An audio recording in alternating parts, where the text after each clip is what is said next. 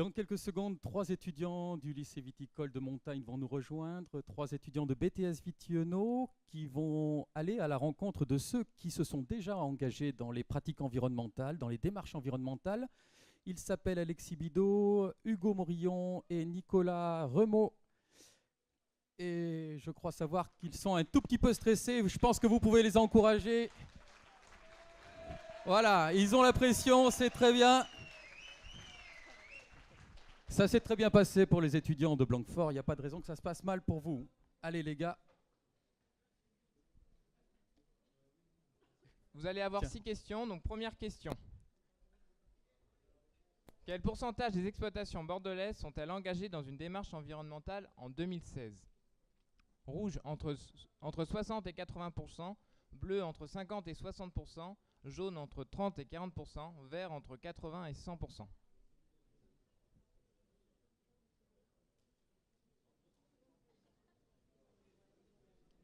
Il vous reste plus que 12 secondes pour répondre.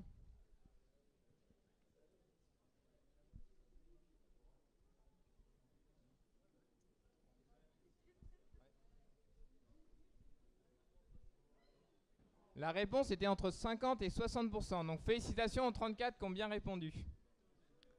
Hugo, pourriez-vous nous en parler un peu plus? Merci Alexis. Tout d'abord, je tiens à préciser que le CIVB, la Chambre d'agriculture de Gironde, la région Nouvelle-Aquitaine et l'État ont pour objectif d'avoir 100% du vignoble bordelais engagé dans une démarche environnementale.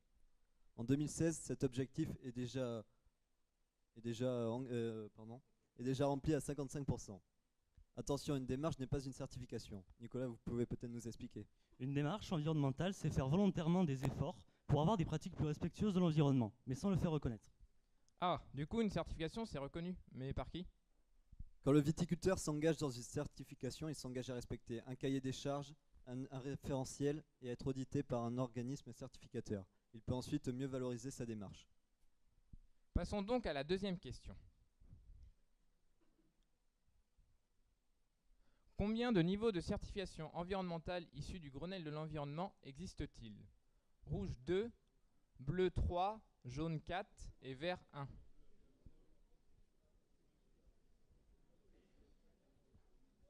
« 20 secondes. 15 secondes. Waouh! Eh bien, vous êtes doué aujourd'hui. La réponse était 3. Nicolas, pourriez-vous nous expliquer ces différents niveaux? Alors vous allez voir, c'est très simple. Le premier niveau, c'est l'entrée dans la démarche environnementale en respectant la réglementation du code rural, en traitant par exemple ses effluents vitivinicoles. Le niveau 2, il y a une exigence de moyens. Il faut mettre en place des moyens pour être plus respectueux de l'environnement, selon un référentiel de bonnes pratiques. Les cahiers des charges sont propres à chaque certification environnementale. Voici quelques exemples qui appartiennent à ce niveau. Terravitis, Agriconfiance, SME, AREA. Le niveau 3, exigence de résultat. Il y a une exigence de résultat performant vis-à-vis du respect de l'environnement. La certification haute valeur environnementale est la seule certification de niveau 3. Pour les certifications agriculture biologique et agriculture biodynamique, ou Déméter, ce sont sur un niveau intermédiaire entre le 2 et le 3. Merci Nicolas pour toutes ces précisions. Vous connaissez la suite. Question suivante. Parmi ces propositions, laquelle est nationale et spécifique à la viticulture? Rouge AREA, jaune SME, bleu HVE, vert Terravitis. 20 secondes. 15 secondes. 10 secondes. La réponse était bien Terravitis, donc bravo aux 53 qui ont bien répondu. Hugo, je vous laisse la parole. La certification Terravitis est française. Elle est spécifique à la viticulture et tout type d'exploitation viticole peut s'engager dans cette démarche. Elle a été créée en 1998 dans le Beaujolais et elle s'appuie sur les 3 piliers fondamentaux de l'agriculture durable. Premièrement, l'économie, assurer la pérennité de l'exploitation. Deuxièmement, l'environnement, avoir une réflexion éco-responsable à chaque étape de la production. Troisièmement, social. L'homme, que ce soit le producteur ou le consommateur, est au cœur du projet agricole. Le cahier des charges de la certification est régulièrement modifié pour permettre aux viticulteurs de progresser dans ces pratiques. La certification englobe toute l'exploitation, ce qui permet ainsi aux viticulteurs de prendre en compte l'ensemble des leviers qui interviennent dans la durabilité d'une exploitation. La certification de Terravitis est reconnue au niveau international, ce qui est un atout quand on vend à l'export. Nous sommes donc allés sur le terrain à la rencontre de Gaëlle Reynoux, viticultrice en appellation Bergerac et Montravel, et qui est engagée dans cette démarche. Écoutons-la. Non, pas vraiment de conseil, juste se lancer, consulter le cahier des charges pour voir si vous êtes dans la démarche ou alors les points à améliorer.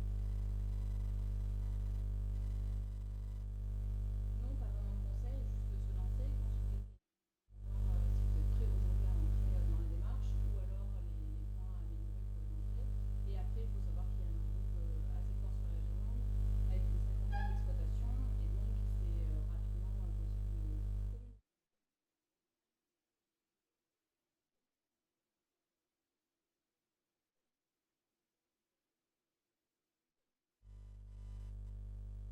Non, pas vraiment de conseil, juste se lancer. Assez fort sur la Gironde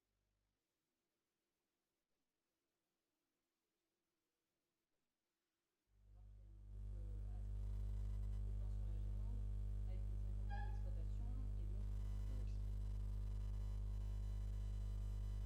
et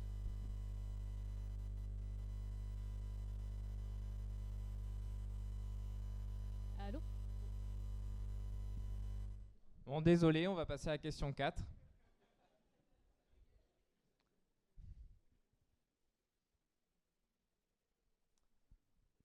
En 2016, combien d'hectares de vignes sont-elles certifiées en agriculture biologique en Nouvelle-Aquitaine? Rouge, entre 5 000 et 10 000 hectares de vignes. Jaune, entre 14 000 et 16 000 hectares de vignes. Bleu, entre 12 000 et 14 000 hectares de vignes. Vert, entre 10 000 et 12 000 hectares.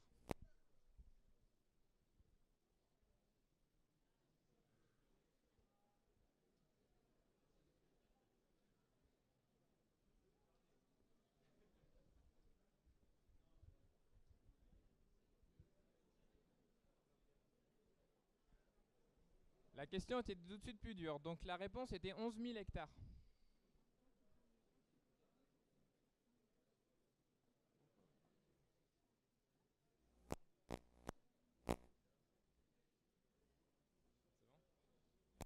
La réponse était 11 000 hectares. Nicolas, pourriez-vous nous éclairer un peu plus? La certification agriculture biologique est basée sur un cahier des charges européen, mais avec des spécificités françaises. Pour la culture de la vigne, le viticulteur bio ne dispose que de matières premières d'origine naturelle, telles que le cuivre et le soufre, et cherche à promouvoir la lutte naturelle entre les espèces. Depuis le millésime 2012, c'est l'ensemble du cycle de production, de la vigne à la mise en bouteille, qui est certifié. Il y a des limites de dose d'utilisation maximale pour certains produits comme le cuivre et les sulfites. La conversion dure 3 ans et seulement à la fin de cette conversion, le viticulteur peut inscrire sur sa bouteille la mention vin biologique. Les organismes certificateurs sont par exemple Ecocert, Agrocert, Certis. Pour compléter mes propos, écoutons Anne-Lise Goujon, présidente du syndicat des vignerons bio d'Aquitaine. Alors cette démarche environnementale, on l'a depuis très longtemps. Même quand on était sur Bordeaux, on travaillait ailleurs que dans le monde viticole. On avait ce souci de l'environnement et on était engagé dans des groupes. Et quand on est arrivé ici, ça a coulé de source que l'on ne pouvait pas produire avec des produits chimiques de synthèse. Donc on a toujours labouré nos sols et on a toujours essayé de travailler avec des produits de base. Et en 2001, quand on a demandé la certification, on l'a demandé pour affirmer une pratique que l'on faisait depuis longtemps. Et il nous semblait important de montrer et de démontrer que l'agriculture biologique, on peut en vivre et c'est pas infaisable. Merci Madame Goujon. Et de nouveau, question suivante.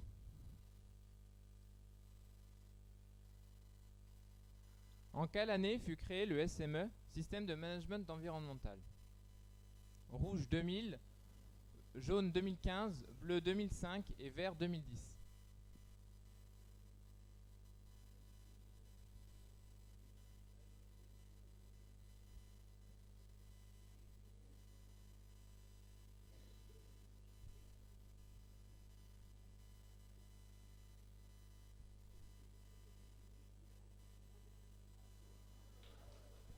La réponse était 2010, donc bravo aux 39 qui ont bien répondu. Hugo, éclairez-nous. Effectivement, le SME des vins de Bordeaux a été créé en 2010. Il est porté par le CIVB. C'est un outil collectif au service des performances individuelles. L'entreprise rejoint un groupe de professionnels partageant les mêmes objectifs et rencontrant parfois les mêmes problématiques. Le partage et l'échange de bonnes pratiques sont des facteurs clés de réussite. L'entreprise est accompagnée individuellement et au sein du groupe de travail par un animateur accrédité par le CIVB.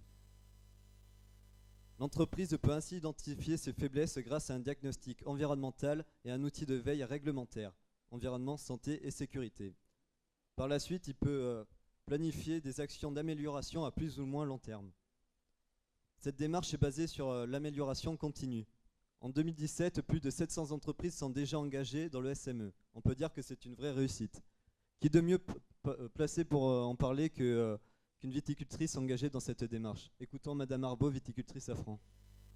Eh bien, le conseil que je lui donnerai, c'est de ne pas s'inquiéter de tout ce qui est administratif dans cette norme qui est malgré tout important, mais qui n'est pas du tout un frein, puisqu'on est très bien accompagné là-dessus. On a une plateforme informatique qui nous aide beaucoup dans cette démarche et qui, en tout cas, nous permet vraiment de nous mettre en conformité avec la loi, ce qui est déjà pas mal. Et le collectif va faire que chacun peut arriver à aboutir à un projet. On ne nous demande pas du jour au lendemain de nous mettre 100% aux normes. Il suffit d'étaler et d'avoir un plan d'action cohérent avec un budget en face. Et on peut mettre plusieurs années s'il faut pour se mettre à niveau. Merci Madame Arbeau. Passons à la question suivante. Quel est le logo de la certification parmi les différents logos? Quel est le logo officiel de la certification HVE?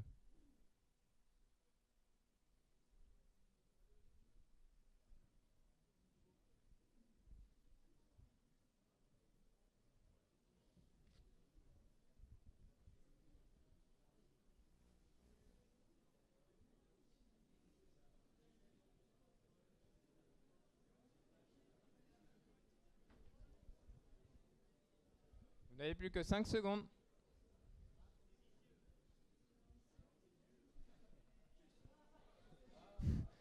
Il n'y a que 18 personnes qui ont bien répondu. Alors la réponse était donc le premier. Nous félicitons Camille, si elle veut bien se montrer.